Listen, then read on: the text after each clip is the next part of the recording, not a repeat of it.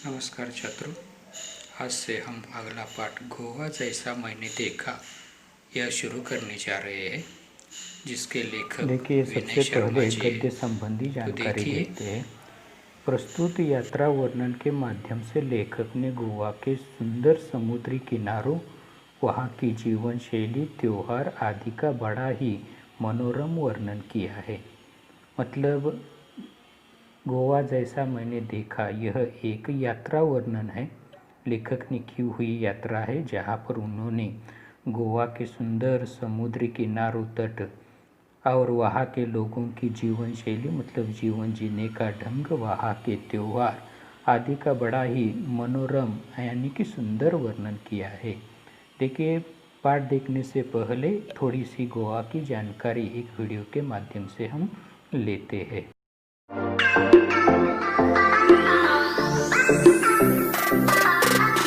दर्शनीय स्थलों के आकर्षण से भरपूर गोवा भारत के पश्चिम क्षेत्र में स्थित एक छोटा सा राज्य है, जो अरब सागर के साथ समुद्र के किनारे फैला है।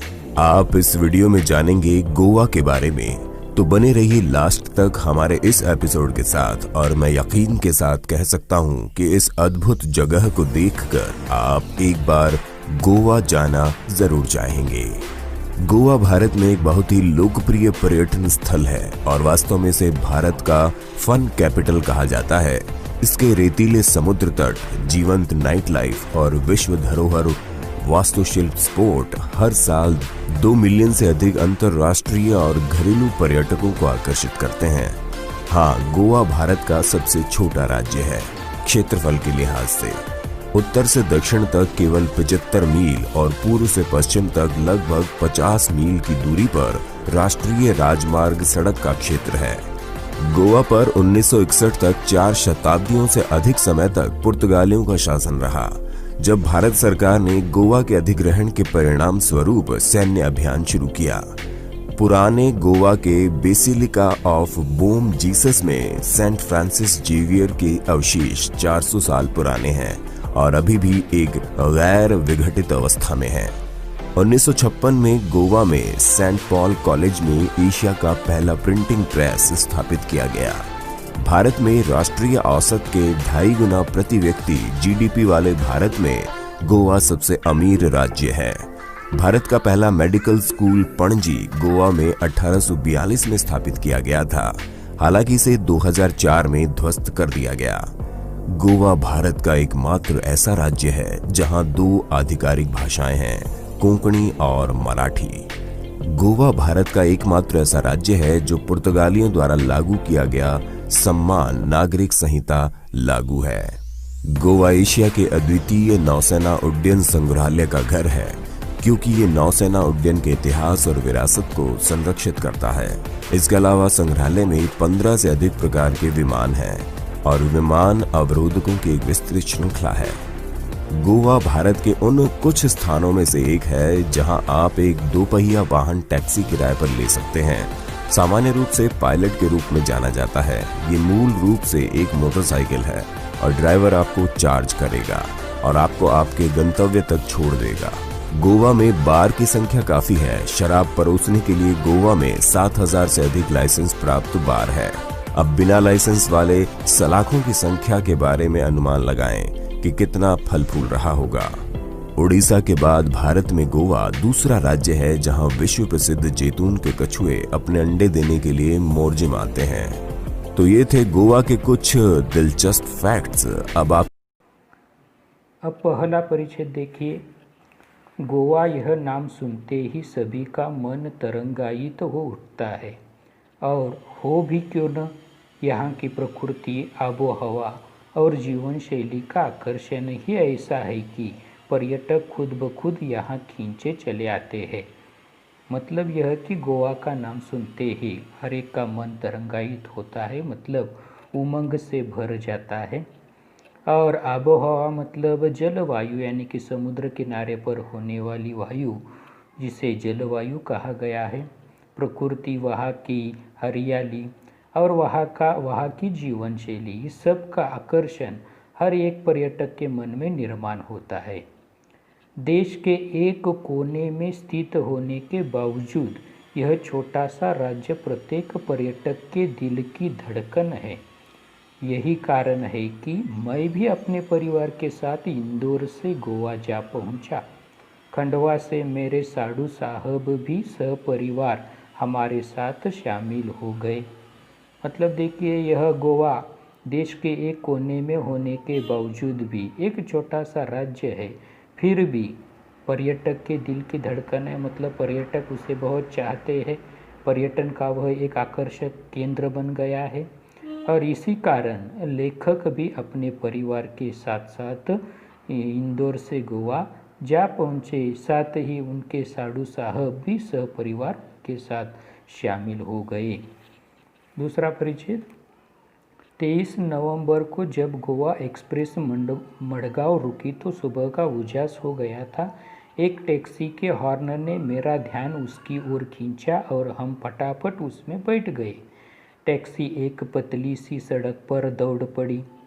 शीतल हवा के झोंकों से मन प्रसन्न हो गया और यात्रा की सारी थकान मिट गई।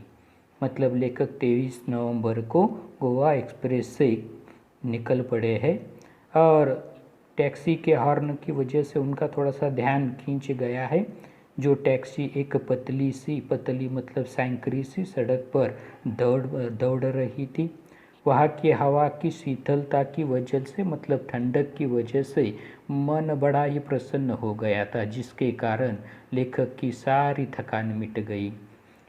मैं सोचने लगा कि पर्यटन का भी अपना ही आनंद है। जब हम जीवन की कई सारी समस्याओं से जूझ रहे हो तो उनसे निजात पाने का सबसे अच्छा तरीका पर्यटन ही है। यानी कि लेखक ने सोचा कि पर्यटन का एक अलग ही आनंद होता है, क्योंकि हमारे जीवन में ढेर सारी समस्याओं से जब हम जूझते हैं, संघर्ष करते रहते हैं, ऐसे वक्त इन सारी समस्याओं से निजात पाने का मतलब छुटकारा पाने का एक अच्छा तरीका पर्यटन ही है। बदले हुए वातावरण के कारण मन तरोताज़ा हो जाता है तथा शरीर को कुछ समय के लिए विश्राम मिल जाता है। यानी कि वातावरण पूरी तरह से हमारा बदल जाता है, मानो उसकी वजह से एक प्रकार से हमारा मन तरोताज़ा मतलब प्रसन्न हो जाता है। साथ ही कुछ समय के लिए ही क्यों न हो, शरीर के लिए आराम मिल जाता है। अगला परिच्छेद। कुछ देर बाद हमारी टैक्सी मडगांव से 5 किमी दूर दक्षिण में स्थित कस्बा बेनालियम के एक रिसॉर्ट में आकर रुक गई। यह रिसॉर्ट हमने पहले से बुक कर लिया था, इसलिए औपचारिक खाना पूर्ति कर हम आराम करने के इरादे से अपने अपने स्यूट में चले गए। यानी कि सफ़र के लिए निकले हैं लेखक, तो पहले से ही उन्होंने एक रिसॉर्ट मतलब एक होटल बुक किया था बेनालियम में, जहाँ पर वे रुकने वाले हैं। तो इस रिसॉर्ट में आते ही सबसे पहले औपचारिक खाना पूर्ति मतलब औपचारिक बातें उन्होंने पूरी की और उसके बाद आराम करने के लिए वे अपने स्यूट में मतलब कमरे में चले गए। इससे पहले कि हम कमरों से बाहर निकले, मैं आपको गोवा की कुछ खास बातें बता दूं।